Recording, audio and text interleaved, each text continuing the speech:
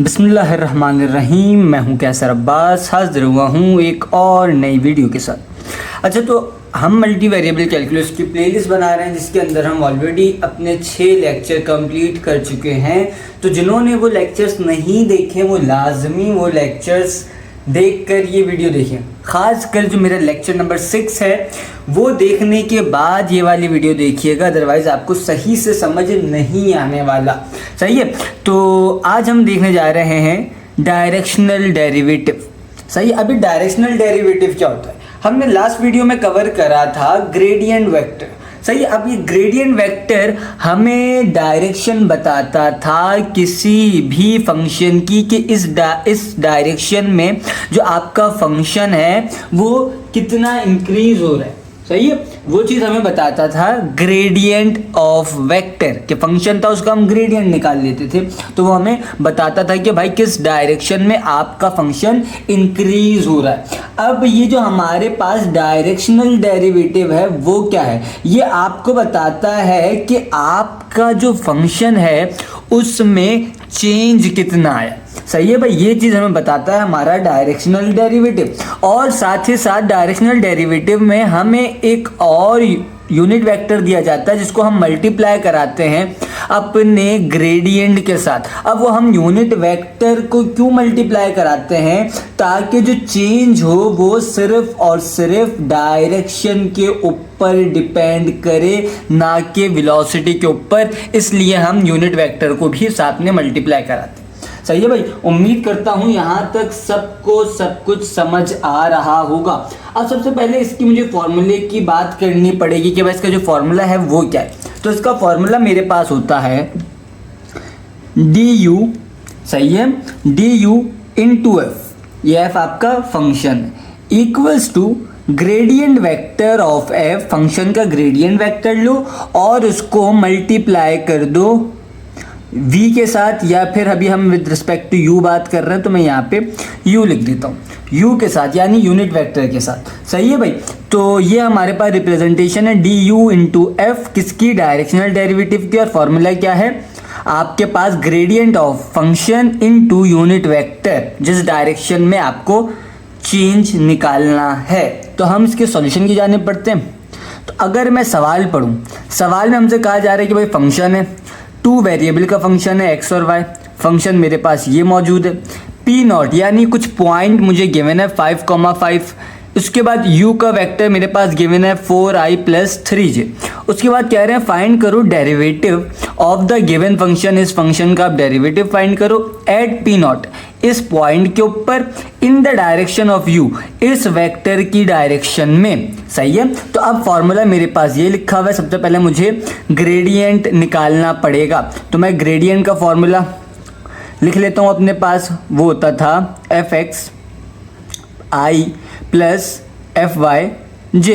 सही है, तो मैं फटाफट से अपना ग्रेडियंट वेक्टर अगर निकालूं तो वो आएगा मेरे पास डावा अपॉन डावा x फंक्शन जो कि 2xy - 3y स्क्वायर है, और यहाँ पे आएगा आपका i कंपोनेंट प्लस डावा अपॉन डावा y और वापसी फंक्शन जो कि आपका 2xy - 3y का स्क्वायर। सही है, और यहाँ पे आपका j कंपोनेंट। अब मैं फटाफट से अगर ये निकालूँ तो इसका आंसर मेरे पास आएगा, विद रिस्पेक्ट टू x बात कर रहा हूँ तो 2y कांस्टेंट है, एज इट इज उतरेंगे। x का with respect to x derivative 1 आता है तो लिखने की ज़रूरत नहीं है। उसके बाद -3y स्क्वायर पूरा का पूरा कांस्टेंट है तो कट के 0 आंसर आ जाएगा। तो यहाँ पे मेरे पास i का कंपोनेंट आ गया, फिर प्लस यहाँ पे x y दोनों हैं और विद रिस्पेक्ट टू y की बात कर रहा हूँ तो यहाँ मुझे क्या आंसर मिलेगा, यहाँ आंसर मुझे मिलेगा 2x। क्यों, क्योंकि y आपके पास with respect to y answer 1 आएगा तो लिखने की ज़रूरत नहीं है। साथ ही साथ जब मैं इस पर अप्लाई करूँगा तो यहाँ पे भी y स्क्वायर और विद रिस्पेक्ट टू y ले रहा हूँ तो यहाँ आंसर 2 3 6y और फिर ये होल पे j का कॉम्पोनेंट। सही है, उम्मीद करता हूँ समझ आ गया होगा। इनके ऊपर मैं ऑलरेडी वीडियोस बना चुका हूँ कि किस तरीके से आप पार्शियल डेरिवेटिव लेते हो। सही है, तो इसलिए मैं डायरेक्ट करवा रहा हूँ अभी। तो अब यहाँ के बाद अब हमने ये जो अपना ग्रेडियंट था वो तो निकाल लिया, लेकिन हमने ग्रेडियंट किसी पॉइंट के ऊपर निकालना था शायद, अगर हमें याद हो तो वो पॉइंट क्या है 5,5। तो मैं यहाँ करता हूँ पुट पॉइंट 5,5। तो अब ये क्या हो जाएगा 5,5। अगर मैं डायरेक्टली पुट करूं तो ये 2 आ गया, y की जगह पे 5 आ जाएगा और ये i का कंपोनेंट, प्लस 2 x की जगह पे 5 माइनस 6 y की जगह पे 5 और ये आपका j कंपोनेंट आ गया। तो ये आपके पास फाइनल आंसर क्या आएगा, फाइनल आंसर 2 5 10 आई प्लस 2 5 10 माइनस 6 5 30 यानी -20। 10 माइनस 30 -20, तो ये प्लस की जगह पे यहाँ पे मैं -20 का j लिख लूँ। बिल्कुल, अब ये मैंने निकाल लिया अपना ग्रेडियंट फंक्शन का, सही है। अब मुझे एक और चीज़ निकालनी है, यूनिट वेक्टर। अब u मुझे गिवन है, u मुझे क्या गिवन, अब मैं यहाँ लिख लेता हूँ फाइंड यूनिट वेक्टर, सही है भाई। अब यूनिट वेक्टर फाइंड करना है मुझे, किसका फाइंड करना है, u का फाइंड करना है। तो किस तरीके से फाइंड करते थे भाई यूनिट वेक्टर, अगर आपको याद हो आपने फर्स्ट ईयर फिजिक्स में भी यूनिट वेक्टर के बारे में पढ़ा होगा, वहां पे भी आपको डिटेल में पढ़ाया होता था। तो यूनिट वेक्टर बराबर होता है जो आपका गिवन वेक्टर है उसको डिवाइड कर दो उसके मैग्नीट्यूड के साथ, तो ये आपका यूनिट वेक्टर होता था। तो मैं यहाँ पे लिख लूँ यूनिट वेक्टर मुझे क्या गिवन था 4i + 3j अपॉन, मुझे इसका मैग्नीट्यूड लेना है। मैग्नीट्यूड क्या होता था, आप उसके जितने भी कोऑर्डिनेट्स हैं उन सबका स्क्वायर करके रूट के अंदर सम कर दो, ये आपका कहलाता था मैग्नीट्यूड ऑफ यूनिट वेक्टर। उम्मीद करता हूँ यहाँ तक सबको समझ आ रहा होगा, अगर नहीं समझ आ रहा तो वीडियो को बैक करें और लाजमी इस चीज़ को समझें, सही है। तो अब मैं क्या करूँ, यहाँ पे मेरे पास अगर देखो तो x एक्सिस पे 4 है यानी 4 का स्क्वायर, प्लस y एक्सिस पे 3 है, इसका मतलब 3 का स्क्वायर।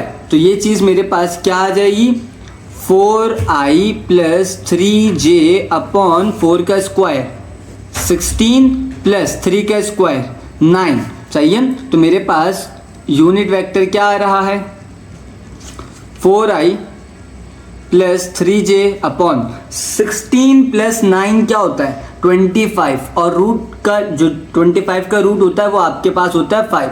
तो इसको मैं मज़ीद अगर ब्रेक डाउन करूँ तो 4i/5 + 3/5j भी लिख सकता हूँ। तो ये मैंने अपना यूनिट वेक्टर भी निकाल लिया।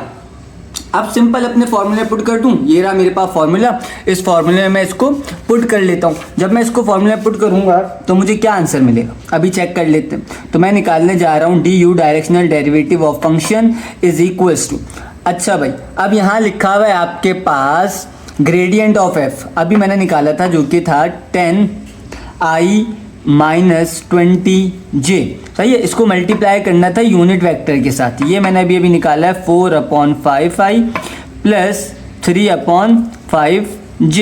अच्छा भाई यहाँ मुझे कराना है डॉट प्रोडक्ट, सही है, मुझे क्या कराना है डॉट प्रोडक्ट, ना कि क्रॉस प्रोडक्ट। जब क्रॉस प्रोडक्ट कराते हो तो आपके पास आंसर इन वेक्टर फॉर्म में आता है, जब आप डॉट प्रोडक्ट कराते हो तो आंसर आपके पास स्केलर आता है, सही है। तो अब डॉट प्रोडक्ट में i वाला i से मल्टीप्लाई होता है, j वाला j से मल्टीप्लाई होता है, सिंपल। तो ये मेरे पास क्या आंसर आएगा, जब मैं इस 10i को